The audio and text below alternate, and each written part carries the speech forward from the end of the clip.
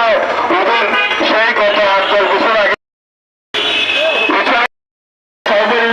মাধ্যমে ইনশাআল্লাহ আগামী দিনে এদের সকল তথ্য এবং গুজব সন্ত্রাস রুখে দাঁড়াবে। এই দৃঢ়তা ব্যক্ত করে আমি আমার বক্তব্য শেষ করছি। খোদা হাফেজ। বাংলাদেশ জিন্দাবাদ, বাংলাদেশ জাতীয় দল জিন্দাবাদ, শহীদ রাষ্ট্রপতি অমরক দেশের ম্যাডাম খালেদা জিয়া জিন্দাবাদ, তারেক রহমান ফের দেশে আসবে বলে মনে হয়েছে। সবাই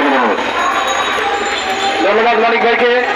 আমাদের মাঝে উপস্থিত আছেন আই মেহেদি তালুকদার, সাবেক আহ্বায়ক ঢাকা বিশ্ববিদ্যালয়ের ছাত্রদল, সভাপতি ঢাকা বিশ্ববিদ্যালয়ের ছাত্রদল, জনাব রায়হান সভাপতি ঢাকা।